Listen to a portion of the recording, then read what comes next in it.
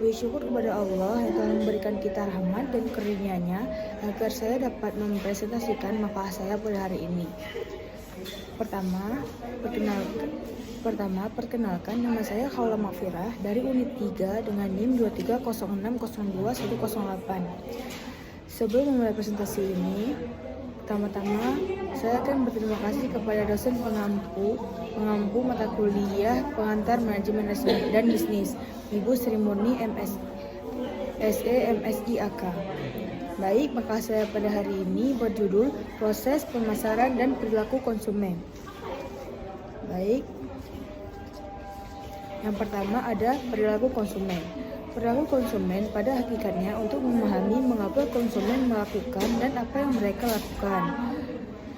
Shipman dan Kanuk mengemukakan bahwa studi perilaku konsumen adalah suatu studi mengenai bagaimana seorang individu membuat keputusan untuk mengalokasikan sumber daya yang tersedia, waktu, uang, usaha, dan energi.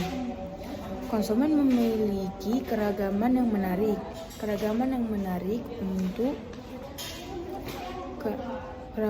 untuk dipelajari karena ia meliputi seluruh individu dari berbagai usia, latar belakang budaya, pendidikan, dan keadaan sosial ekonomi lainnya. Oleh karena itu, sangatlah penting untuk mempelajari bagaimana konsumen berperilaku dan faktor-faktor apa saja yang mempengaruhi perilaku tersebut. Faktor-faktor yang selanjutnya ada faktor-faktor yang mempengaruhi perilaku konsumen. Yang pertama, faktor kebudayaan. Yang kedua, faktor psikologis. Yang ketiga, faktor sosial. Dan yang keempat, faktor pribadi. Yang pertama, faktor kebudayaan. Budaya adalah penentu yang mendasari dari keinginan dan perilaku seseorang.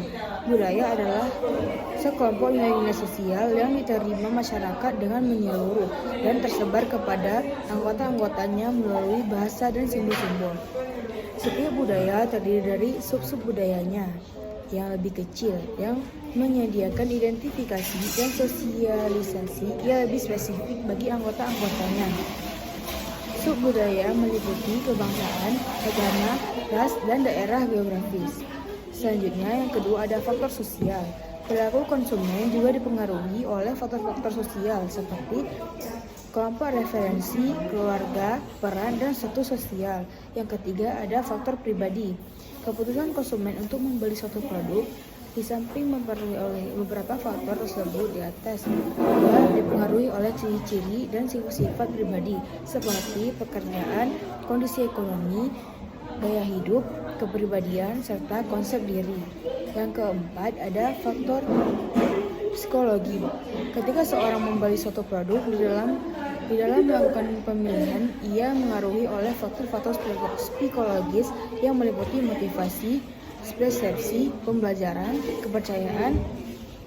kepercayaan, serta dan kepercayaan. Selanjutnya ada tahap-tahap dalam proses keputusan pembelian. Perilaku konsumen akan menentukan proses-proses pengambilan keputusan dalam pembelian mereka. Proses pengambilan keputusan tersebut merupakan sebuah pendekatan penyelesaian masalah yang terdiri atas 5 tahap, yaitu sebagai berikut.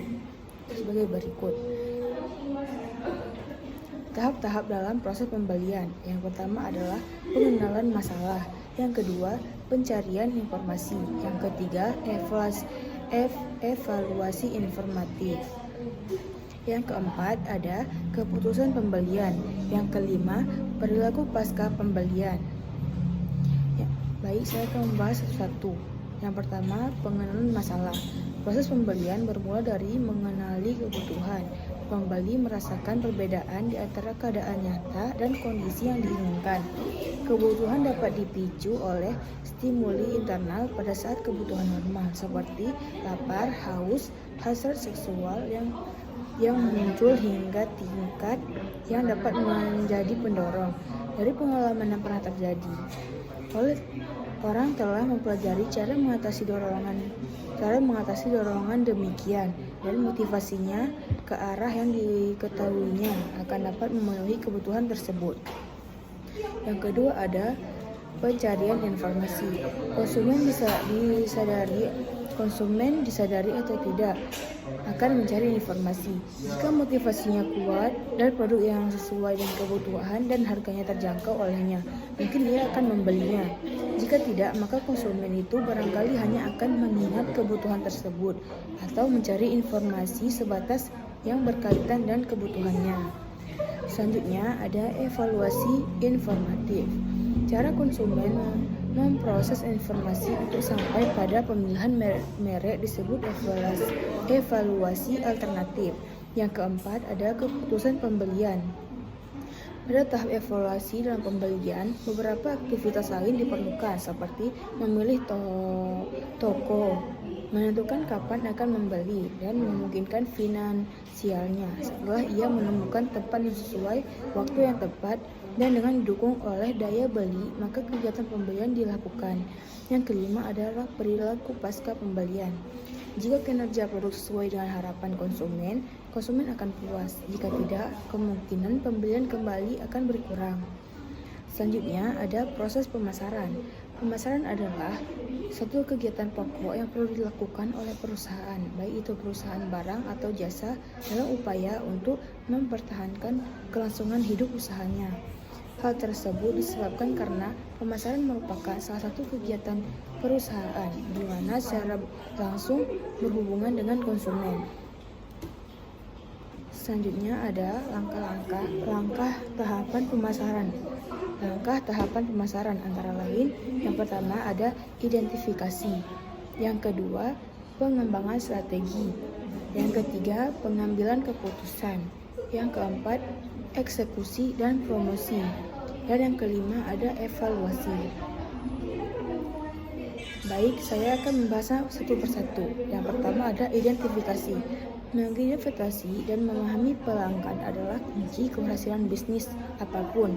Di sini, Anda harus mengumpulkan informasi untuk menjalankan tahapan selanjutnya. Langkah ini juga bisa disebut riset pemasaran. Anda perlu melakukan penelitian ini untuk mendapatkan informasi tentang yang pertama bisnis, yang kedua target audiens Anda, yang ketiga produk yang Anda pasarkan, dan yang keempat kompetitor Anda. Yang kedua ada pengembangan strategi. Setelah Anda mengumpulkan semua informasi yang Anda butuhkan, Anda dapat melangkah lebih jauh untuk proses pemasaran dan mulai dengan membuat strategi pemasaran intrinsik seperti marketing goals, strategi pemasaran, rencana pemasaran, serta pembuatan identitas. Dan yang ketiga ada pengambilan keputusan. Setelah Anda memiliki tujuan yang jelas untuk membuat strategi yang sesuai, saatnya membuat beberapa keputusan saat mengembangkan rencana pemasaran. Saat membuat rencana berbasis keputusan, Anda harus mempertimbangkan hal-hal berikut. Yang pertama, anggaran pemasaran keseluruhan. Yang kedua, spesifik produk. Yang ketiga, perubahan pengembangan produk di masa depan. Yang keempat, saluran promosi produk. Dan yang terakhir, batas akhir peluncuran produk. Yang keempat ada eksekusi dan promosi. Setelah Anda menyusun draft rencana Anda, saatnya untuk melaksanakannya. Tentukan apa yang Anda lakukan dan berkonsentrasilah untuk memanfaatkannya sebaik mungkin. Setelah proses eksekusi rencana, saatnya Anda harus memulai promosi. Anda harus membuat contoh produk dengan fungsi terbatas dan mempromosikannya ke platform Anda. Platform itu bisa berupa situs web bisnis, blog, artikel, dan aplikasi mobile. Yang kelima ada evaluasi. Langkah terakhir dari tahapan pemasaran adalah meninjau dan mengevaluasi hasil.